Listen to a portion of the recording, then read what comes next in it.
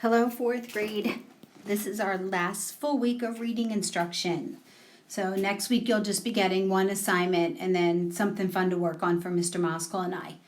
So this week we are doing a nonfiction text on the history of money and what our country used before we had dollar bills. But first we need to do our 8 new vocabulary words before we move on to the story. These will help you better understand the text. So get your paper and pencil ready so we can do the 8 new words. First word is currency. I exchanged American dollars for foreign currency at the bank. What do you think currency means? Do you see any context clues there that can help you define it? Okay, our definition is currency is the money used in a country. So currency is money, but in every country, it's different kind of money. So look at our question. What kind of currency do we use in the United States? What is our money like? That's right, we have the dollar bill, a $5 bill, a $10 bill. We also have coins like the penny, nickel, dime, quarter. That is our currency. Word number 2, economics. This is a tough word, so I'll explain it to you. Bartering is a system of economics where people trade one thing for another. So bartering is when you're trading one thing for something else.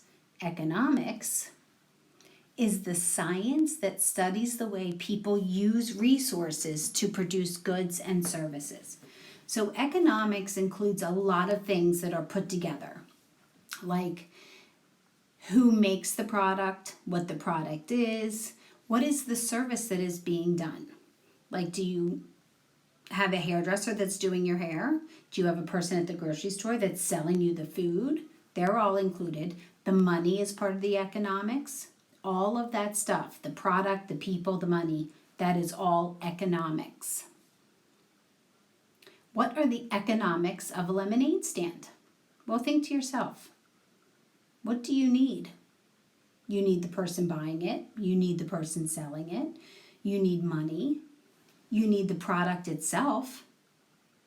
The lemons, the water, the sugar, all that goes into making the product of the lemonade. That's all the economics of that lemonade stand. All right, word number 3. Entrepreneur. Sarah is an entrepreneur who started her own dog walking business. Well, what did Sarah do? She started her own dog walking business. That made her an entrepreneur. An entrepreneur is a person who starts and runs a business. So if you go back to that lemonade stand we were just talking about, whoever started that lemonade stand would be considered an entrepreneur. Here's your question. If you became an entrepreneur, what business would you start? I know I have a couple girls in my 2 classes, maybe some in Mr. Moskal's class also, that like to make those bracelets out of string. If you were to sell those bracelets, that would make you an entrepreneur, starting your own bracelet business. All right, let's move on. Word number 4 is global. The internet is a global electronic network that connects people around the world. All right, come on, use your context clues. What do you see there?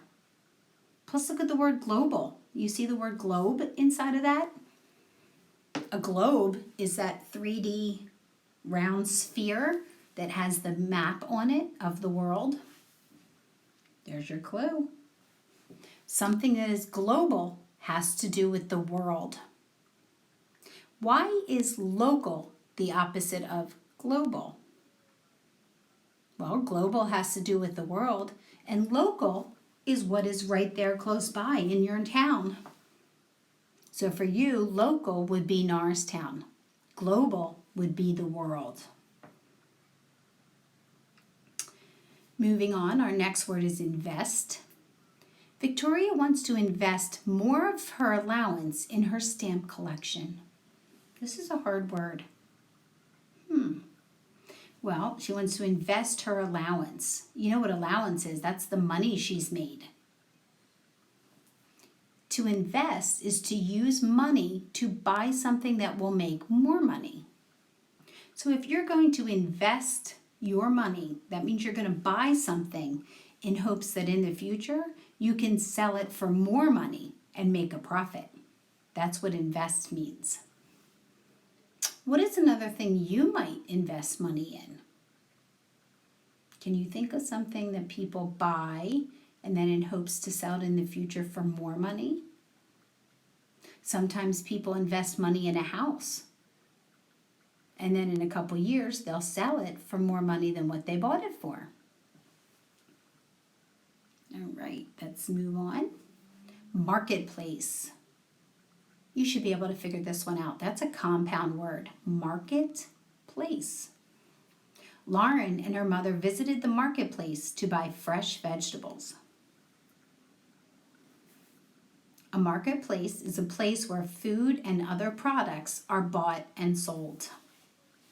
Kind of like a grocery store. What else can people buy at a marketplace? I know when I go to the marketplace, I'd like to buy meat and sometimes some fresh bread. All right, remember, if I'm going too fast, you can always hit the pause button and get caught up. 2 more words. This one is merchandise.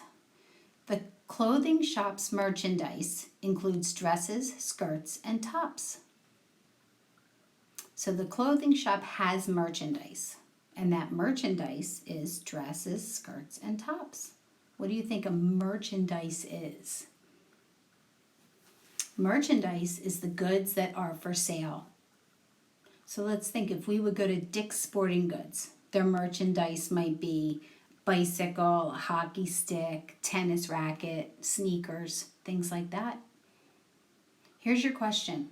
What kind of merchandise is sold in an electronics store? What would you find in an electronics store? Television, very good.